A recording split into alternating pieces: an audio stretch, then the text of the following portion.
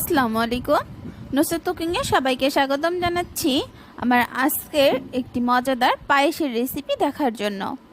আজকে আমি আপনাদের কাছে শেয়ার করব কিভাবে সাবুদানা আর নুডলস দিয়ে রাজকীয়ভাবে পায়েস রান্না করা যায়।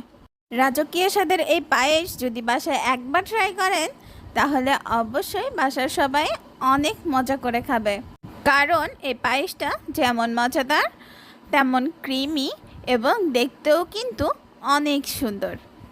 কথা না বাড়িয়ে চলুন দেখে নিই পায়েস রেডি করতে আমাদের কি কি উপকরণ লাগছে। আমি এখানে নিয়ে নিয়েছি প্রথমেই নুডলসের এক স্টিক নুডলস। আমি যে নুডলসটা নিয়েছিলাম সেটার মধ্যে স্টিক নুডলস ছিল, সেখান থেকে একটা নিয়ে নিয়েছি। আর সাবুদানাটাকে আমি আগে 5 থেকে 6 ঘন্টা ভিজিয়ে রেখেছিলাম। এটা অনেকটাই নরম হয়ে গেছে। ভিজিয়ে রাখলে সাবুদানা কিন্তু অনেক তাড়াতাড়ি সেদ্ধ হয়ে যায় বা ফুটে যায়। এখানে নিয়েছি মিহি করে কুচি করা চীনাবাদাম, আর নিয়েছি কিশমিশ আর কাঠবাদাম। এখানে নিয়েছি 3টা সবুজ এলাচ, 2টো দারুচিনি আর একটা তেজপাতা, নিয়েছি সামান্য পরিমাণে লবণ, নিয়েছি হাফ কাপ চিনি আর 1 লিটার দুধ। প্রথমেই আমি নুডলসটাকে ভালো করে সেদ্ধ করে নিব। এখানে দিয়ে দিচ্ছি পরিমাণ মতো পানি, আর পানিটা দিয়ে এর মধ্যে দিয়ে দিব সামান্য পরিমাণে একটু লবণ দিয়ে এটা সেদ্ধ করলে কিন্তু এটার মধ্যে একটু লবণ ঢুকবে আর খেতেও কিন্তু অনেক মজা হবে। নুডলসটা দিয়ে এটাকে খুব সুন্দর করে আমি সেদ্ধ করে নিব। নুডলস দেওয়ার সঙ্গে সঙ্গে একটু নেড়েও দিতে হবে, না হলে কিন্তু তলানিতে লেগে যেতে পারে। যেহেতু আমি নুডলসের মধ্যে কোনো তেল ইউজ করিনি, তাই এটা ঝরঝরা রাখতে হলে আমাকে মাঝে মধ্যেই নেড়ে দিতে হবে। আর এটা কিন্তু আমি ফুল বয়েল করব না, একটুখানি শক্ত রেখেই এটা নামিয়ে নিতে হবে, না হলে দুধের মধ্যে দিয়ে আমি কিছুক্ষণ এটা রান্না করতে পারবো না, যেন গলা পায়েস হয়ে যাবে, গলা হয়ে যাবে। এখানে এবার দিয়ে দিচ্ছি, আমি নুডলসটাকে নামিয়ে নিয়েছি। আবার আরেকটা প্যান বসিয়ে এতে দিয়ে দিচ্ছি পরিমাণ মতো দুধ। আমি এখানে নিয়েছি 1 লিটার দুধ, আগে থেকে জাল করে ঘন করে নিয়েছি।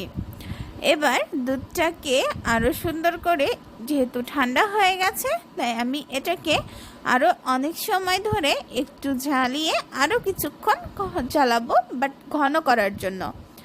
এটা যখন একটু ঘন হয়ে আসবে বা একটু উতলে আসবে, সে সময় আমি 2-3টা এলাচ, 3টা দারচিনি আর 2টো তেজপাতা দিয়ে দিলাম। 2টো তেজপাতা নিয়েছি, আমি এখানে সুন্দর করে ছোট ছোট করে কেটে দিয়েছি। এবার আমি এটাকে নেড়ে চেড়ে ভালো করে উতলে নিব। নিচে না নেড়ে দিলে কিন্তু প্যানের সঙ্গে নিচে তলানিতে লেগে যেতে পারে দুধের সরটা, তাই আমি আস্তে আস্তে নেড়ে দিয়েছি। এবার আগে থেকে ভিজিয়ে রাখা সাবুদানাটা এর মধ্যে দিয়ে দিচ্ছি। সাবুদানাটা দিয়েও কিন্তু সঙ্গে সঙ্গে নেড়ে দিতে হবে, না হলে সাবুদানাটা তলা পেকে যেতে পারে। এটা যত ভালো করে নাড়াচাড়া করা যাবে, ফুটতেও কম সময় নেবে। সাবুদানাটা কিন্তু অবশ্যই ভিজিয়ে রাখতে হবে, আর এটা যদি ভিজিয়ে রাখা না হয় তাহলে এটা রান্না করতে গেলে অনেক সময় লাগবে আর ভালো মতো কিন্তু ফুটবেও না। আমি এটা আগে থেকে ভিজিয়ে রেখেছিলাম আর এটা ফুটতে অনেক কম সময় নিয়েছে। আমি এটাকে খুব আস্তে জাল দিয়ে আর আস্তে আস্তে এটাকে ফুটিয়ে নিয়েছি। দেখুন, এটা একদম স্বচ্ছ পানির মতো হয়ে যাবে দেখতে। সাবুদানাটা ফুটে গেলে এটার মধ্যে সাদা কোনো প্রলেপ থাকবে না, একদম পানির মতো দেখতে লাগবে। এখন সাবুদানা ফুটে গেছে, আর এই পর্যায়ে দিয়ে দিব আমি নুডলসটা। আগে থেকে সেদ্ধ করে ধুয়ে রাখা নুডলসটাকেও আমি এখানে দিয়ে দিলাম। এবার এটাকেও খুব সুন্দর করে আলতো হাতে নেড়ে দিতে হবে। বেশি যদি নাড়া হয় তাহলে কিন্তু এটা গলে যেতে পারে, অতএব আমাকে এটা খুব আলতো হাতে নাড়তে হবে। এবার দিয়ে দিচ্ছি সামান্য পরিমাণে একটুখানি লবণ, আর দিব পরিমাণ মতো চিনি, স্বাদ মতো, যার যতটুকু প্রয়োজন হবে, যে যতটুকু মিষ্টি খায় ততটুকুই দিবে। এখানে দিচ্ছি কুচি করা চীনাবাদাম আর দিলাম কিশমিশ। এবার এটাকে নেড়ে চেড়ে আরও 5 মিনিট রান্না করে নিব। দেন যেন চিনি গলে গিয়ে যে পানিটা হবে সেটা খুব সুন্দর করে শুকিয়ে যায়। আমার পায়েসটা রেডি হয়ে গেছে। দেন এবার আমি পায়েসটাকে নামিয়ে নিব।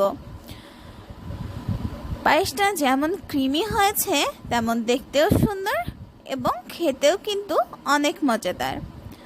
যে কোনো অনুষ্ঠান বাড়ি অথবা মেহমানদের জন্য কিন্তু চাইলেই এই মজাদার পায়েসটা আপনারা ডেজার্ট হিসেবে রাখতে পারেন। ডেজার্ট হিসেবে এই পায়েসটা কিন্তু অনেক মজাদার হবে। বার্থডে পার্টি অথবা মেহমানদের আসার কথা শুনে যদি এই ডেজার্টটা আগে থেকে রান্না করে রাখা যায় তাহলে কিন্তু তাদের কাছে প্রশংসার কোনো কমতিই থাকবে না। রাজকীয় স্বাদের এই পায়েসটা রান্না করতে আমার মোট টোটাল সময় লেগেছে 30 মিনিট। কেউ চাইলে খুব কম সময়ে কিন্তু এই পায়েসটা রেডি করে নিতে পারেন। তবে আজকের রেসিপিটা মিষ্টি লাভারদের জন্য, যারা মিষ্টি পছন্দ করে অথবা দুধের খাবার পছন্দ করে তাদের জন্য কিন্তু আমার আজকের রেসিপিটা অনেক পারফেক্ট। কারণ তারা চাইলেই খুব সহজে এই রেসিপিটা যেমন তৈরি করতে পারবে, সবার কাছ থেকে প্রশংসাও নিতে পারবে, ইভেন তারা নিজেরাও অনেক মজা করে খেতে পারবে।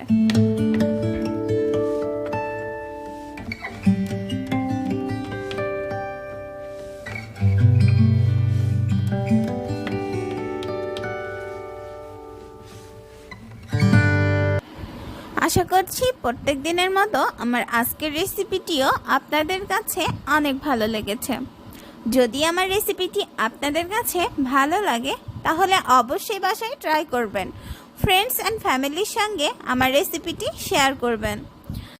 আমার চ্যানেলটি সাবস্ক্রাইব করে পাশে থাকা বেল আইকনটি ক্লিক করে দিবেন ভিডিও দেওয়ার সঙ্গে সঙ্গে নোটিফিকেশনটি পাওয়ার জন্য। আর হ্যাঁ, এই রেসিপিটা কিন্তু বেবিদের জন্য অনেক উপকারী, কারণ এতে সাবুদানা আর নুডলসও রয়েছে।